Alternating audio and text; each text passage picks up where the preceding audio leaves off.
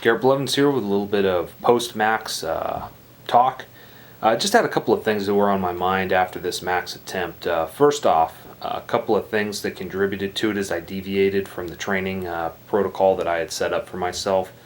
And so I think I'm going to actually make a couple of changes. I realized that trying to max in the middle of the kingpin volume protocols kind of for the deadlift and the squat makes it difficult for me to actually max and peak on my bench.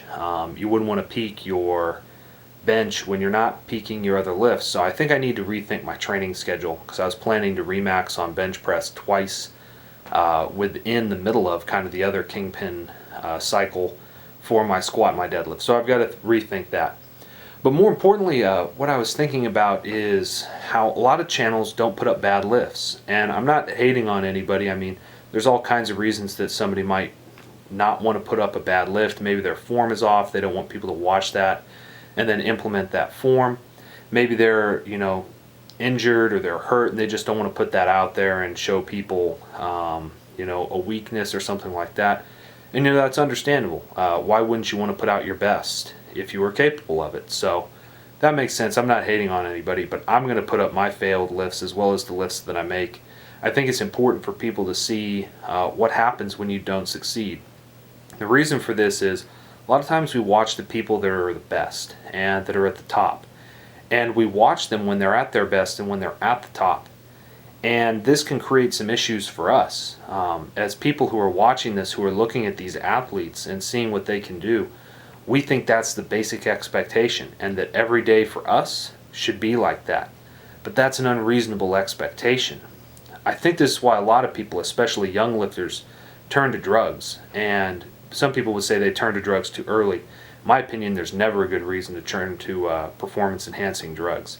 I don't think this is a good idea, period. I was just watching Blaha's review of a video with Rich Piana where he's talking with another bodybuilder, and they're talking about just all the drugs that they take to get ready. I mean, it's insane. As I was watching it, I don't always agree with Blaha on what he has to say. He's kind of a controversial figure. But in his review of the video, he says pretty much if you see Rich talking about all these drugs and you think to yourself, this is a good idea, there's something wrong with you. You should go get your head examined. You should go to a therapist or something like that and get yourself squared away. And to a degree, I agree with that. Like, who would look at what these people are putting into their bodies and think that's something I want to do, especially just for a trophy? One point in the interview, Rich Piana says that all he did for a year was, sleep, do cardio, train, and eat, and that was it, and do drugs. Everything else in his life was out the door. Pete Rubish has also said something similar when he was taking, really high levels, and really there's different, I guess, levels of steroids or performance-enhancing drugs that really mess you up worse. And he talks about how it destroyed his interpersonal relationships, his ability to have a girlfriend, his ability to be like a compassionate person that cared for other people. Why would somebody want to do this? And I say this after, missing my max. And yeah, that's incredibly disappointing. It's frustrating. It's painful. Makes you sad. If it doesn't make you sad, then you didn't care about it in the first place. I'm not ashamed to admit that. Yeah, it bothers me when I miss lifts like that.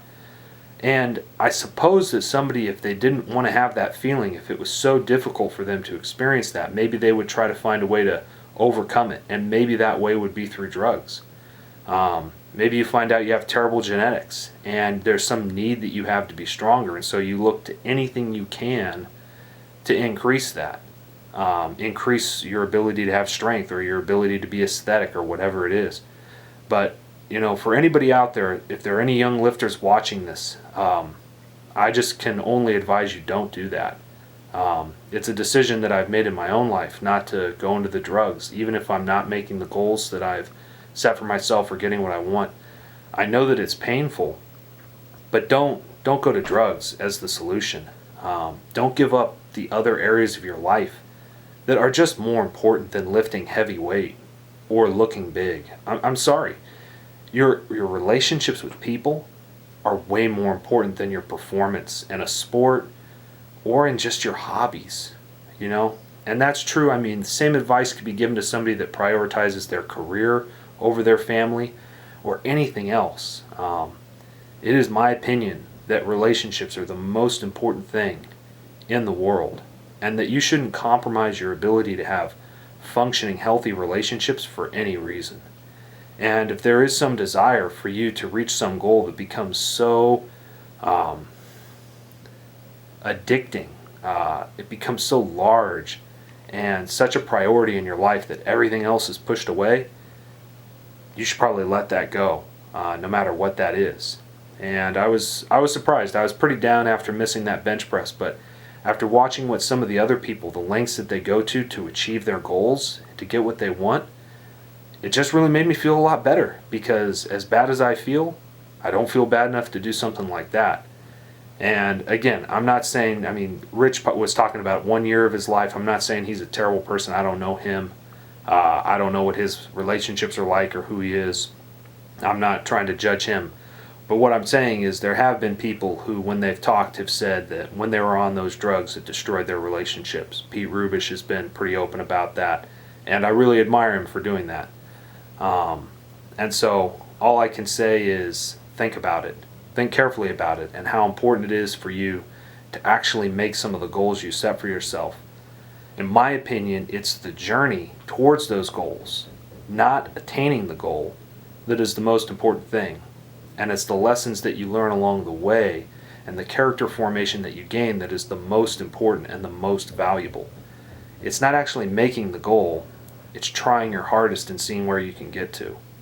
I suppose it's that fundamental way of thinking that leads me to see what my natural potential is without any performance enhancing drugs.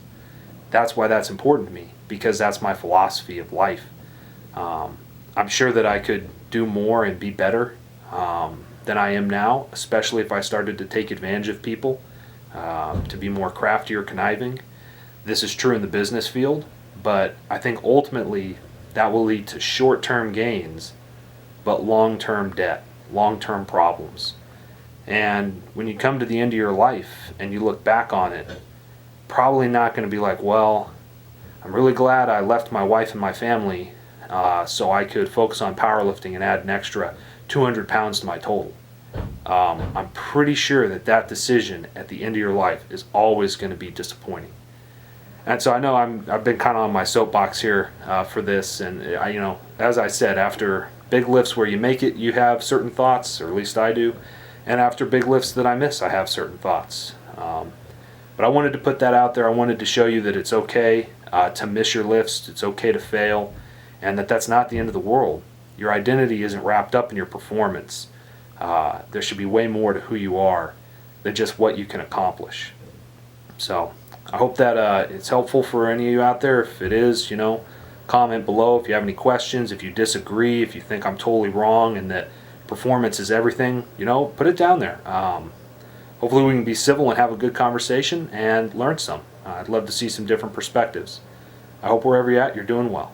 Blessings.